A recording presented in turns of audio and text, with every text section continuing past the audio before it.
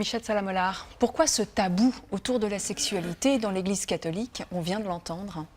C'est une vieille histoire qui date de l'Antiquité, n'est-ce pas? Le christianisme est né dans une civilisation, disons, qui était très libérale de mœurs, surtout dans le domaine de la sexualité. Et donc, les chrétiens sont efforcés de vivre notamment la fidélité dans le couple, la fidélité conjugale. Et puis ensuite, quand l'Empire est devenu chrétien, tout le monde est devenu chrétien. Et on imagine bien que ce n'est pas toujours par conviction profonde. À ce moment-là, les personnes qui avaient une exigence plus grande de vie évangélique sont devenues des moines et des moniales. Et donc qui choisissaient la chasteté, c'est ça? Pas seulement la chasteté, renoncer à sa volonté propre, obéir à la volonté de Dieu, renoncer à toute possession, pauvreté totale, et puis renoncer aussi à la sexualité, totalement, donc continence totale. Et il s'est trouvé que petit à petit, ces gens sont devenus des modèles.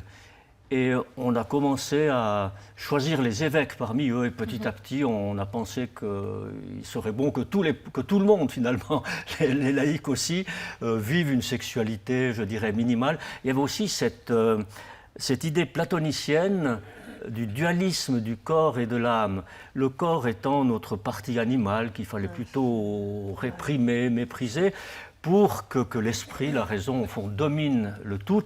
Mais évidemment, on a oublié, malheureusement, que la pulsion sexuelle ne se laisse pas débrancher si facilement.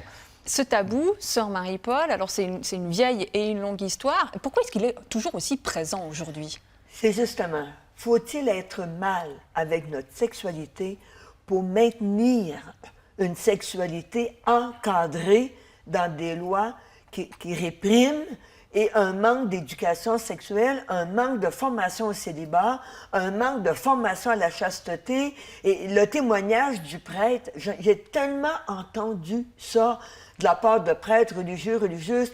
Au moins, lui, il a eu le courage de dire « je ne veux pas vivre en dualité ».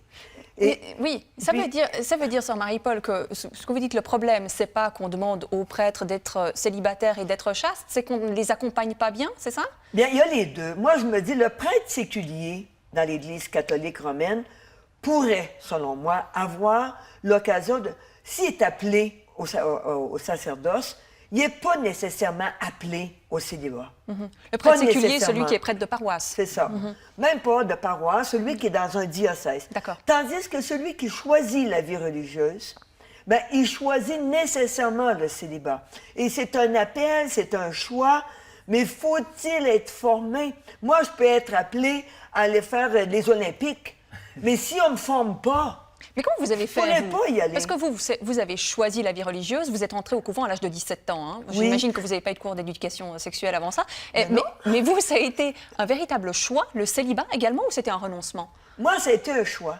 Un choix, mais dans le choix, quand tu avances dans la vie, il arrive des émotions, des vibrations. Là, tu dis, mais qu'est-ce que je fais avec ça? Hein? Personne ne m'a dit quoi faire avec ça. La formation, c'était « faites attention ». Hein? Bon, ça se limitait beaucoup à ça, mais c'est pas ça. Et c'est pour ça que j'ai à cœur de donner des outils et de former au célibat pour ceux qui sont appelés à vivre le célibat et que ça soit vraiment une option épanouissante. Michel Salamolar. Je voulais compléter ce que je disais tout à l'heure quant à la durabilité de ce tabou. Je ne connais aucun document catholique venant du magistère, des évêques, du pape, qui nous donne un éclairage profond sur la sexualité en rapport avec l'amour et en rapport avec la lumière évangélique.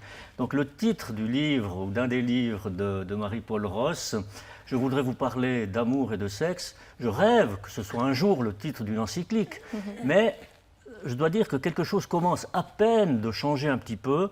Jean-Paul II a fait au début des années 80 une série de catéchèses, d'enseignements sur le corps, théologie du corps, et c'est là qu'il parle de l'amour, de l'affectivité, notamment dans le couple, etc.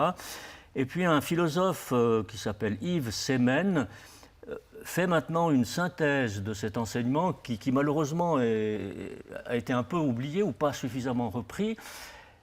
Donc c'est simplement pour dire que jusqu'aux années 1980, sur la sexualité, on disait que fais attention, Rien. il ne faut pas. Et je l'ai moi-même entendu durant ma formation chrétienne d'enfant, quand on abordait le 6e commandement, donc tu ne commettras pas d'impureté, le prêtre nous disait, bon là, ce sera vite fait, parce que dans ce domaine, il n'y a que des péchés mortels. Donc, La sexualité est péché ah oui, mortel. et donc elle vous conduisait en enfer. Mais c'est tellement malheureux tout Oui, ça. bien sûr.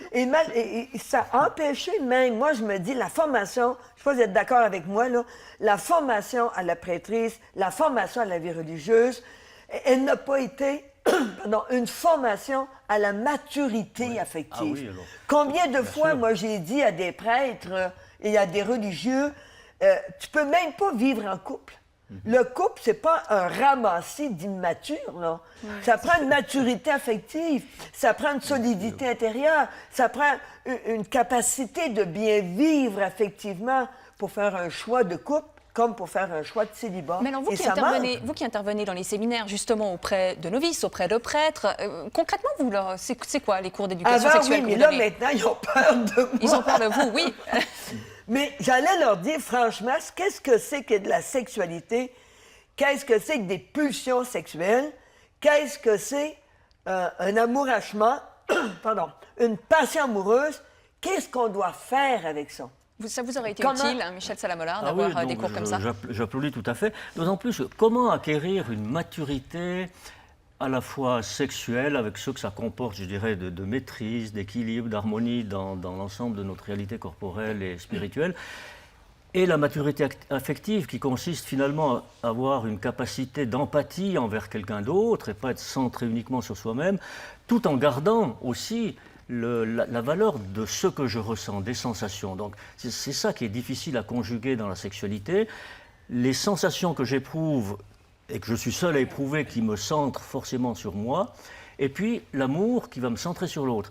Alors comment acquérir cette maturité affective quand vous êtes sous la loi, je dirais, de la répression, du tabou? Heureusement, je dirais, dans les familles, au moins les familles les plus équilibrées, je crois que ça a été le cas de la mienne, heureusement pour moi, eh bien, on nous donnait l'exemple d'un rapport au corps et à l'autre qui était différent, meilleur que ce que l'Église nous enseignait. Mais ce rapport, justement, de maturité affective que doivent acquérir les prêtres notamment, c'est d'autant plus important qu'ils sont au contact de personnes immatures, d'enfants, de jeunes. Et vous avez, je crois, travaillé avec des jeunes en particulier, Michel Salamolard. Et même, je ne sais pas si vous êtes d'accord avec moi, mais moi, à l'école, je l'ai vu beaucoup. La fameuse confession, c'était quoi? C'était vraiment des pratiques sexuelles. Le prêtre passait des heures et des heures et des heures à écouter des pratiques sexuelles, puis il fallait qu'il fasse la question pour avoir la matière. Ça devenait presque du voyeurisme. Il y a une Mais forme de perversité là-dedans. Le prêtre n'était pas formé pour entendre des situations du genre. Il y a des prêtres qui ont été perturbés dans des confessions parce que les gens disaient clairement ce qu'ils faisaient. Moi, comme thérapeute, on nous forme à entendre des histoires qui peuvent être très bouleversantes, mais le prêtre, c'est un théologien et un philosophe. Sœur Il n'est pas Marie-Paul, thérapeute. Sœur Marie-Paul, ce qui a passablement secoué l'Église au cours des 30 dernières années par rapport à la sexualité, c'est bien sûr le scandale de la pédophilie. Bien sûr. Bien sûr. Alors, on va en reparler parce qu'on a quand même, on ne peut pas s'empêcher de penser qu'il y a un lien entre le tabou autour de la sexualité et puis peut-être ce qui peut favoriser ces déviances. Avant d'en parler, je vous propose de regarder, de revenir en image sur la façon dont le Vatican a géré cette question. On en parle juste après. Ils sont venus dire leur colère un jour d'octobre 2010 sur la place Saint-Pierre de Rome. Une colère qui éclate à la fin des années 80 avec les premières révélations aux États-Unis et les premiers procès de prêtres. Le monde découvre alors avec stupeur le nombre de cas d'enfants violés par des membres du clergé. En Irlande, en Allemagne, en Autriche, en Belgique et en Suisse, l'Église ploie sous les révélations. Rien qu'aux États-Unis, une étude évalue le nombre d'enfants abusés entre 1950 et 2002 à 11 000. Poursuivis par la justice américaine, des évêchés ont déjà versé plus de 2 milliards de dollars d'indemnités aux victimes. En 2002, Jean-Paul II condamne ces abus. Cela nous remplit de tristesse et de honte. Rome exige alors des évêques de lui signaler tous les abus. Mais les cas sont réglés de manière confidentielle et les coupables souvent transférés vers d'autres diocèses. L'avalanche des révélations contraint Benoît XVI à présenter le mea culpa de l'Église catholique en 2008. Nous demandons pardon à Dieu et aux personnes concernées.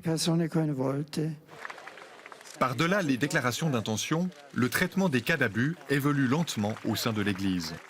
En 2010, changement de politique. Benoît XVI demande que tous les cas soient dénoncés à la justice. Et depuis son élection, le pape François a renforcé la législation vaticane. Il décrète la tolérance zéro face à la pression internationale qui s'intensifie. En 2014, aux Nations Unies, le Comité sur les droits de l'enfant et celui contre la torture critiquent très sévèrement la gestion du Vatican. Le Saint-Siège est contraint de rendre des comptes. Le Saint-Siège a constamment placé la réputation de l'Église et la protection des coupables au-dessus de l'intérêt des enfants. En Suisse, victimes de prêtres et représentants de l'Église se sont réunis à Berne l'année dernière, sous la houlette de parlementaires, pour former un groupe de travail. L'objectif est de créer une commission indépendante et neutre sur le modèle belge pour reconnaître la souffrance des victimes. C'est indispensable pour vraiment trouver la paix, d'avoir cette reconnaissance qu'on a été abusé, qu'on a été victime. Si l'État intervient, cela peut aider tout le monde, aussi d'autres institutions concernées par ces questions, à savoir comment gérer les choses au mieux et j'espère qu'on trouvera une solution. Une solution qui passera certainement par une indemnité financière. Marie-Paul Ross, est-ce que la façon dont l'Église gère ou ne gère pas la sexualité a favorisé ce type de déviance? Je crois que oui, parce que si on ne fait pas la vérité sur une catastrophe, sur une situation très bouleversante, elle ne sera pas traitée. Moi-même, j'ai essayé de déclarer des situations à des représentants d'Église, des irrégularités, et j'étais face à de la négation totale. Et j'ai pas pu accepter ça. Et j'ai vraiment dit, écoutez, si l'Église ne fait pas la vérité, ce n'est plus l'Église de Jésus-Christ. Ce n'est plus l'Église de Jésus-Christ. Michel Salamola, vous êtes d'accord? On peut établir un lien entre ce tabou de la sexualité et la pédophilie au sein de l'Église? Oui, mais c'est un lien, disons, un peu subtil et complexe, hein. Je le vois de la manière suivante. Donc les scandales de pédophilie sont produits d'abord dans les internats et imaginons le prêtre avec sa maturité sexuelle et affective peut-être moyenne ou médiocre. Soudain, il se trouve en situation parentale, donc avec des enfants qui ont besoin d'une autorité, qui incarne des valeurs, des enfants qui ont besoin de faire confiance et qui ont besoin d'affection, comme dans la famille.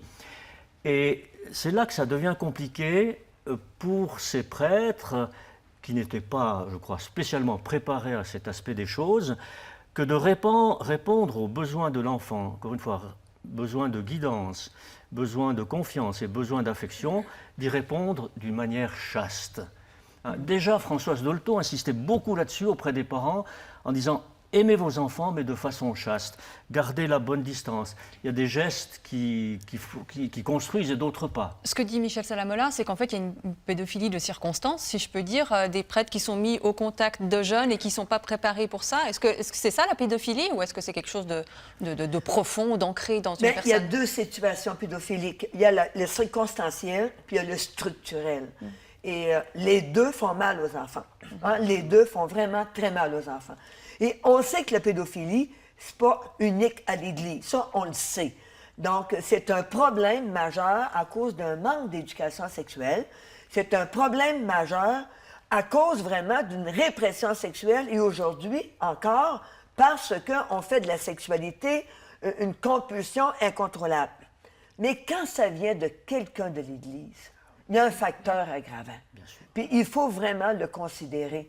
Et malheureusement, comme vous dites, on a mis les prêtres en contact avec des enfants et s'ils ont eu eux-mêmes des problèmes, les problèmes sexuels là, de base, quand c'est pas traité, ça amène à des conduites déviantes. Est-ce qu'on peut dire peut-être que des personnes qui ont une sexualité déviante sont peut-être attirées par la prêtrise parce que justement il y a tout ce malaise, ce tabou autour de la sexualité? Bien, je pense que vu que ça a été très considéré comme péché et tout le monde voulait se sauver, Je crois que oui.